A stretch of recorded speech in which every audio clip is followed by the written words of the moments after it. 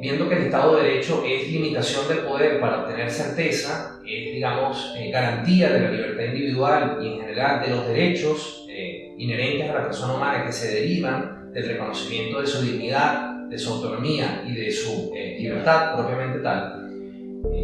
bueno, llama la atención que en algún momento histórico, en ciertas, digamos, tradiciones del pensamiento político y también jurídico, se haya planteado la necesidad de ampliar, digamos, este principio. Repito, no es una forma de organizar el Estado de Derecho, sino es un principio político que tiene una expresión jurídica en una serie de atributos, pero decía que se haya pensado en ampliar este principio del Estado de Derecho, un principio político,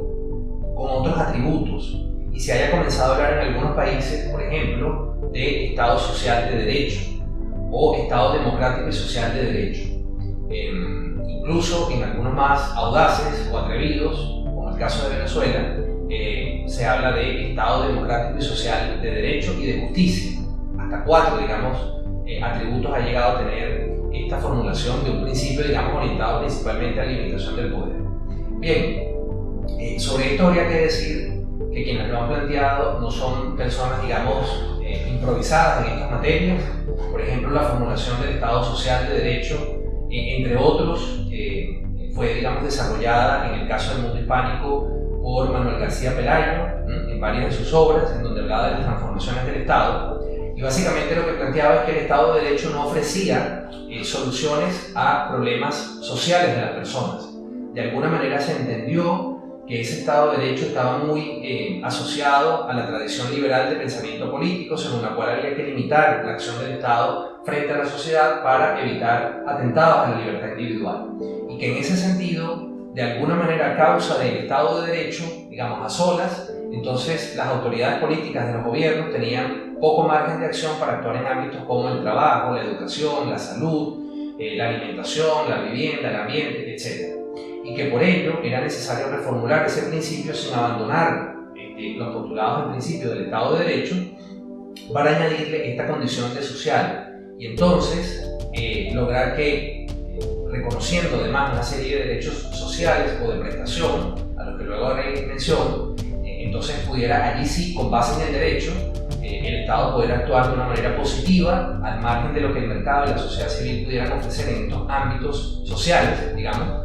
poder actuar positivamente como, bueno, a través de empresas públicas, a través de servicios administrativos, a través de actividades de fomento, a través de, digamos, distintos mecanismos para entregar bienes y servicios en definitiva a las personas. Bienes y servicios que, según este razonamiento, no podía entregar cuando solamente existía o estaba regido el Estado por el principio del Estado de Derecho. Pero no se detuvieron allí. Otros autores comenzaron a insistir en la necesidad de que además de social debía considerarse democrático, ¿sí? En el sentido de que, bueno, las autoridades fundamentalmente del Poder Ejecutivo y del Poder Legislativo debían tener origen en el voto, al menos, digamos, las autoridades máximas de los poderes ejecutivos. Eso para garantizar de alguna manera pues, las libertades políticas y que los estados no pudieran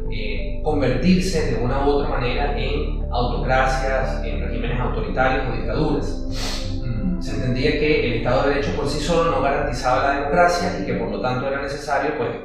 mutar ese principio añadiéndole este adjetivo de democrático. Y finalmente, bueno, en algunas sociedades entienden que como el derecho positivo puede ser injusto, el derecho positivo puede estar reñido con la dignidad humana, con la libertad individual, con la igualdad ante la ley, es decir, con aspectos o valores que en general podrían entenderse reconocidos o apreciados universalmente en cualquier parte del mundo,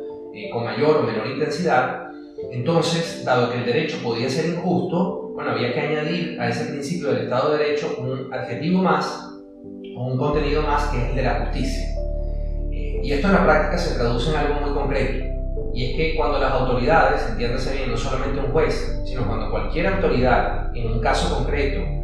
administrativo, tributario, laboral, civil, mercantil, etc., considere en su criterio que la regla de derecho aplicable, es decir, prevista en una ley, en un reglamento, etc., es injusta porque va en contra de algunos de estos valores universales, entonces queda como eximido, autorizado a no aplicarla y aplicar el valor, digamos, que deriva de esa idea de justicia que maneje la persona. Es decir, una desvinculación del derecho positivo. Esto, digamos, claramente se puede apreciar el peligro, la inseguridad que genera, pero no solamente lo hace este tercer adjetivo, el de la justicia, sino los dos también mencionados anteriormente.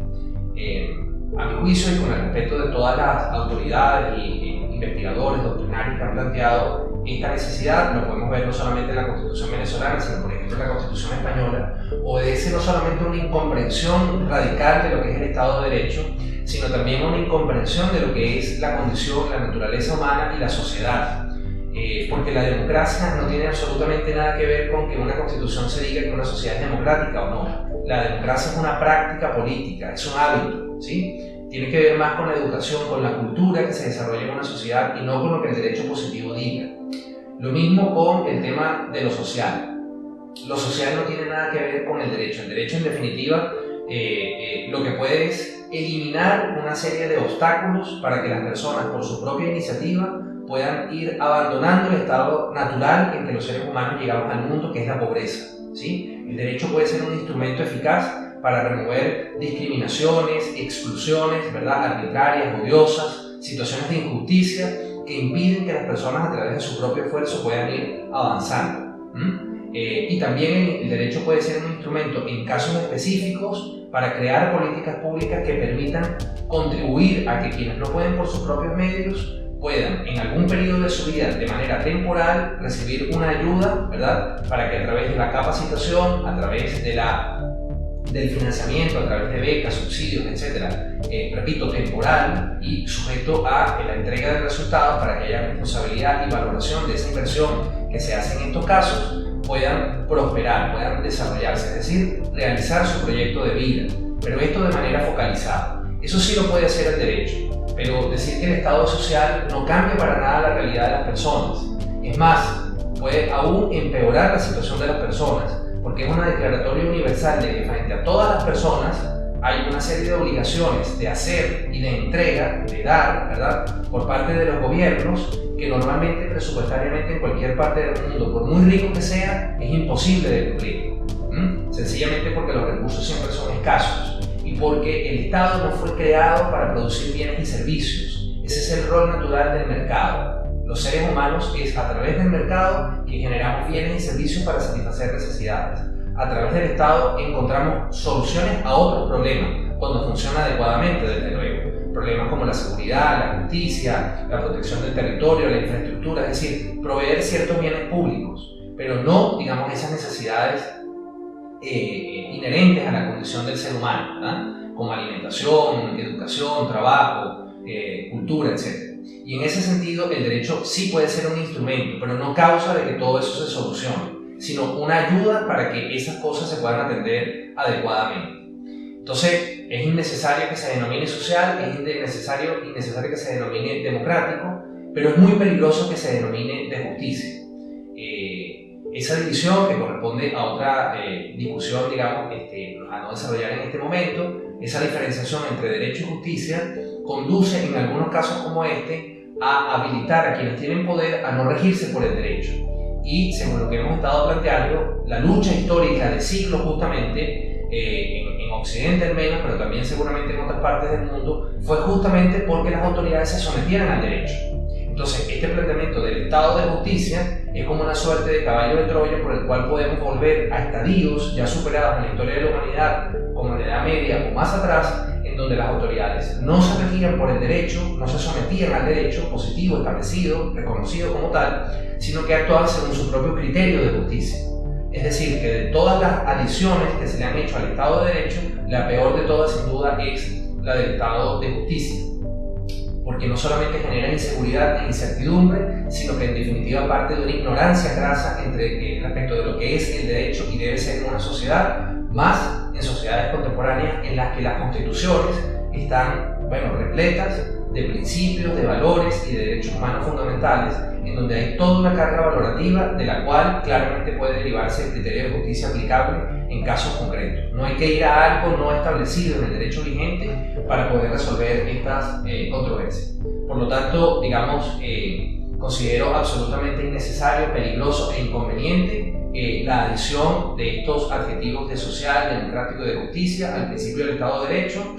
Lo que hay es que comprender adecuadamente el Estado de Derecho para que él dé todos los frutos dentro de lo que le corresponde dar en una sociedad contemporánea.